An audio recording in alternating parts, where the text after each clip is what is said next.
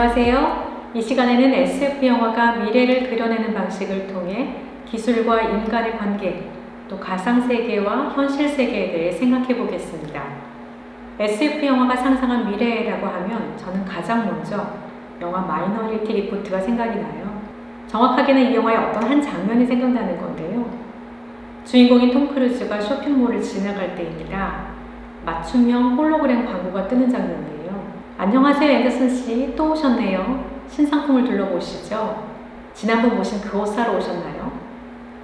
이런 개인적인 메시지가 이 사람이 가는 곳마다 졸졸 따라다닙니다. 사람들의 홍채를 인식해서 고유한 정보를 읽어내는 건데요.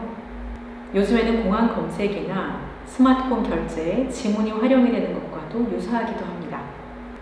더욱이 오늘날 우리는 바로 이런 맞춤 광고 시대를 살고 있어요. 페이스북을 열면 불과 한두 시간 전에 검색했던 물건의 광고가 줄줄이 올라오고요. 기사를 검색하러 들어간 포털 사이트에 내가 찾던 물건 배너 광고가 가장 상단에 노출됩니다. 유튜브는 알고리즘에 의해서 내가 좋아할 것 같은 콘텐츠를 부지런히 찾아서 띄워주죠. 그런데 사실 마이너리티 리포트가 그리는 미래에서 광고는 극히 일부입니다. 이 영화는 SF 장르의 거장인 필립 딕의 소설을 원작으로 스티븐 스필버그 감독이 연출한 작품인데요. 프리크라임이라는 범죄 예방 시스템을 도입한 미래 사회의 이야기입니다. 때는 2054년, 워싱턴 DC의 범죄 예방 관리국 소속인 존 앤더튼 반장은 초능력자들의 예지몽에 따라서 살인이 발생하게 될 현장을 급습합니다. 그래서 예정되어 있는 범인을 잡아들여요. 그렇게 6년 동안 이곳은 살인이 없는 안전한 도시가 됐어요. 그런데 어느 날 예언자들이 존 앤더튼 자신을 살인자로 지목해요. 그래서 앤더튼은 함정에 빠지게 됩니다. 범죄 예방 시스템의 신풍자였던 앤더튼은 이제 시스템의 오류를 인정하고 자신이 자유의지로 예정된 미래를 거부하든지 아니면 예정대로 살인자가 되어 갇힐 것인지 선택해야 합니다. 시스템의 오류를 인정한다는 것은요, 곧 자신이 그동안 무고한 시민들을 잡아들여서 가두었을 가능성을 인정해야 한다는 거였어요. 살인이 예상됐지만 마지막에 마음을 바꿨거나 내부자들이 시스템을 악용해서 완전 범죄를 저지를 경우 같은 상황이 있을 수 있었는데요. 그럼에도 불구하고 지목된 사람들을 범죄 예정자라는 이름으로 가두는 것이 정당한가? 라는 질문이 가능합니다. 영화 마이너리티 리포트에서 우리는 범죄와 질병으로부터 안전한 사회를 바라는 인간의 보편적인 기대, 그리고 혹시 기술과 발전된 시스템이 우리를 잘못된 길로 인도하지 않을까 불안해하는 정서를 동시에 느낄 수 있습니다. 21세기 SF 영화들이 두려워하는 것 또는 그들이 그린 미래 사회에 대해서 생각해 볼까요? 이런 영화들은 어떨까요? 이 영화들은 왜 사람들을 우주선에 태우거나 미래로 보내고 또 기차에 태워보냈을까요? 아바타는 지구에서 에너지 고갈 문제가 심각해진 2154년을 배경으로 합니다. 판도라라는 행성에 있는 어놉투늄이라는 고가의 천연자원을 얻기 위해서 군대가 파견됩니다. 인터스텔라와 설국열차에서는 기후위기가 문제예요. 인터스텔라에서는 갑자기 발생한 먼지바람이 세계를 뒤엎죠. 그래서 인류 생존이 가능한 제2의 지구를 찾아서 외계로 탐험대를 파견하고요. 설국열차에서는 지구온난화를 해결하겠다고 설파한 화학약품이 빙하기를 불려옵니다. 그래서 영원히 트랙을 도는 열차 한 대에 올라탄 사람들을 제외하고는 인류가 멸종하고 말아요. 마션이 선택한 위기는 고립입니다. 앞으로 닥쳐올 지구의 위기에 대응하고자 화성 탐사를 떠난 과학자가 화성에 혼자 갇혀서 생존을 위해 애쓰는 이야기를 다루고 있는데요. 이를 통해서 극한의 위기를 미리 체험하게 하는 것 같기도 합니다. 픽사의 애니메이션 월리에서 환경오염으로 더 이상 지구에서 살 수 없게 된 인간들은 초호화 우주선을 타고 외계를 떠돕니다. 그리고 지구에는 청소로 보진 월리 하나만 남아있습니다. 애완용 바퀴벌레 한 마리 하고요. 이상의 영화들은 인류가 직면하게 될 어떤 종류의 결핍과 위기에서부터 이야기를 시작해요. 이대로 가다가는 우리 모두 멸망하거나 더 큰 어려움을 겪게 될지 모른다는 두려움에서 출발하죠. 그래서 과학기술을 의존해서 문제를 극복해 보려고 애쓰는 인물들이 나옵니다. 어떤 경우에는 성공적이고요. 어떤 경우에는 썩 좋은 결과를 얻지 못하고 오히려 고민만 안겨두는 경우도 있습니다. 그렇다면 이런 영화들은 어떨까요? 블레이드 러너 2049와 아일랜드, 테넷, 그리고 그녀가 두려워했던 건 뭘까요? 이 작품들에서 가장 큰 문제가 되는 것은 기술 자체입니다. 현실의 위기를 극복해보겠다고 개발하는 기술이 오히려 더 암울한 세계를 만들어내는 거죠. 크리스토퍼 놀란의 테넷은 시간여행에 대해서 다룹니다. 악당들이 시간여행으로 미래의 기술을 도입해요. 그래서 3차 세계대전을 일으키려고 합니다. 드니 빌레브 감독의 블레이드 러너 2049는 리들리 스콧 감독이 1982년에 만든 SF의 고전이죠. 블레이드 러너의 후속작입니다. 인간 대신 힘든 일을 시키려고 만든 복제인간 리플리컨트가 진화하고 발전하는데요. 그래서 오히려 인류를 위협한다는 설정입니다. 마이클 베이 감독의 아일랜드는 질병을 치유하려고 유전자를 조작해서 만든 복제인간 클론이 문제가 됩니다. 리플리컨트가 우수 유전자를 결합해서 만들어낸 인간의 복제물이고 로봇에 가깝다면 클론은 누군가와 유전자 형질이 정확하게 일치하는 복제물을 만들어낸 결과예요. 장기를 사용하고 곧바로 폐기되는 이 복제인간은 생명일까요? 아닐까요? 스파이크 존스 감독이 만든 그녀의 경우는 조금 더 섬세합니다. 인공지능 운영체계인 사만다는 정서적인 필요를 다루는 친구이자 모든 것을 알고 있는 시스템입니다. 그런데 이 사만다를 주인공이 사랑하게 되면서 문제가 생겨요. 사만다는 더없이 다정한 연인처럼 부럽지만요. 사실 이 사만다에게는 주인공 테오도르와 같은 시각에 접속해서 동시에 대화하는 사람이 8,316명이나 있었습니다. 그 중에 641명과 사랑에 빠졌다고 사만다는 말했어요. 지금까지 언급한 이 영화들은 대체로 2000년대 이후의 SF 걸작들입니다. 이제는 SF 영화의 새로운 고전이 되어가는 이런 작품들을 대략 떠올려 보면서 생각하는 것은요. 오늘날의 SF 영화들은 초기 영화들이 그렇듯이 단지 호기심으로 우주를 다루지 않고요. 또는 외계인의 침입을 두려워해서 적으로 삼고 전투를 하게 만드는 작품들과도 다릅니다.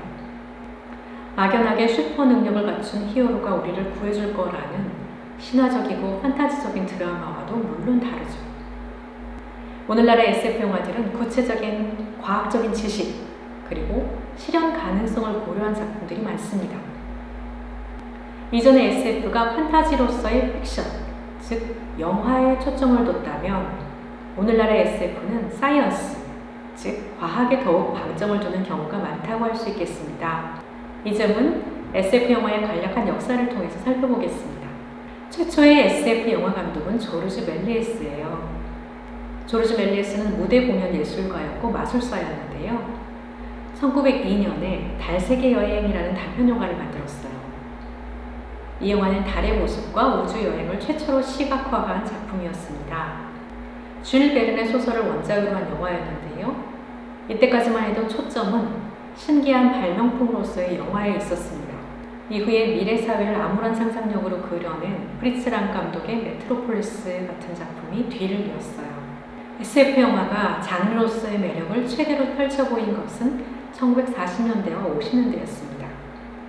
1953년의 우주전쟁이나 화성에서 온 침입자처럼 이 시기 외계인의 침입이나 우주전쟁을 다룬 영화들은 자주 냉전시대의 사물로 평가됩니다. 실제로 당시 미국과 소련의 달 탐사와 우주 개발 경쟁이 치열하기도 했는데요.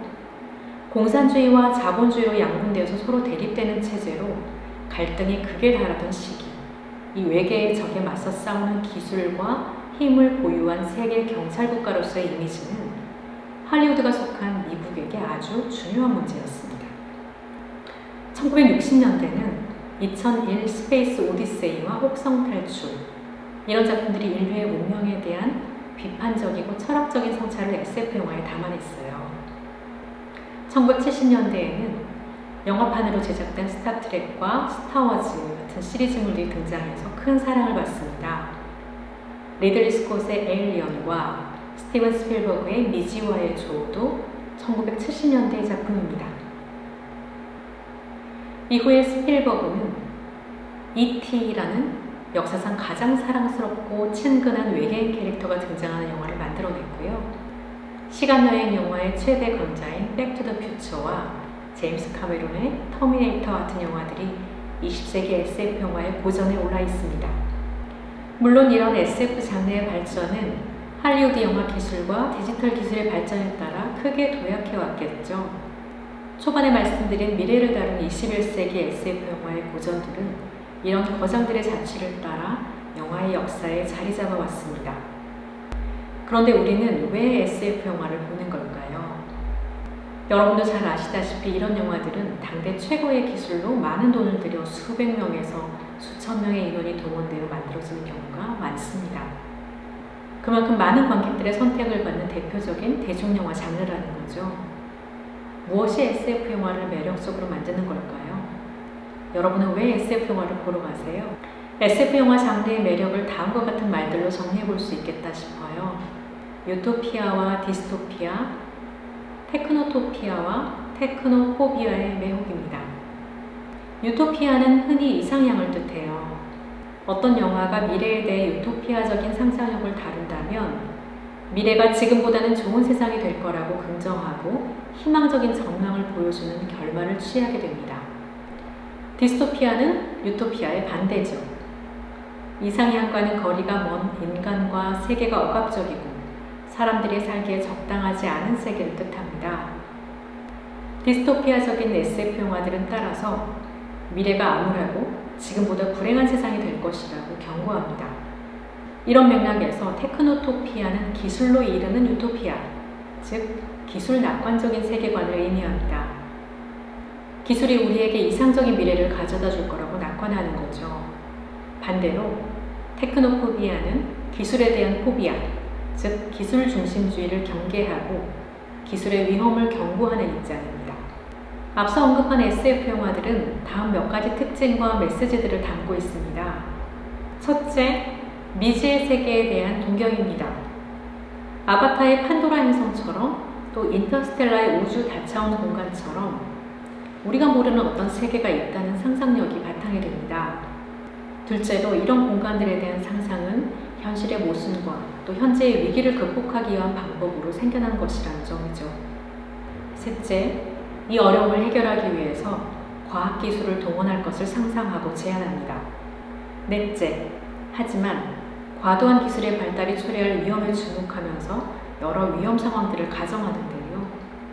다섯째, 이런 문제들에 대한 대안으로 자연 그대로의 환경 그리고 인간성의 회복이라는 가치를 제시합니다. 이때 인간성이란 반드시 사람에게만 해당되는 자질은 아닌 것 같아요.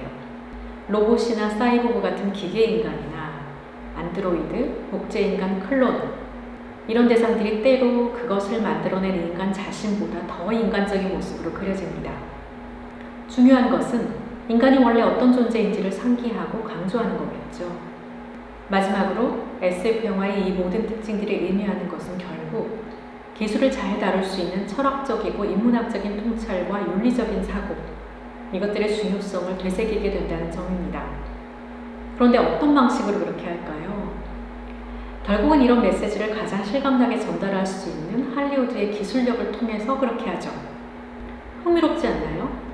예를 들어서 SF 영화는 기술에 대한 위험을 말하기 위해서 가장 최첨단 디지털 영상 기술을 동원하면서 그것을 최고의 자랑으로 여깁니다. 얼핏 모순적으로 보이기도 하는데요. 그럼에도 불구하고 바로 그 점이 우리에게 매력적이라는 점을 부인하기는 어려울 것 같습니다. 정리하자면 결국 SF 영화는 가상세계의 이야기이면서 현실에 뿌리를 두고 있고요. 화려한 기술을 통해서 즐거움을 주면서도 기술의 위험을 경고합니다.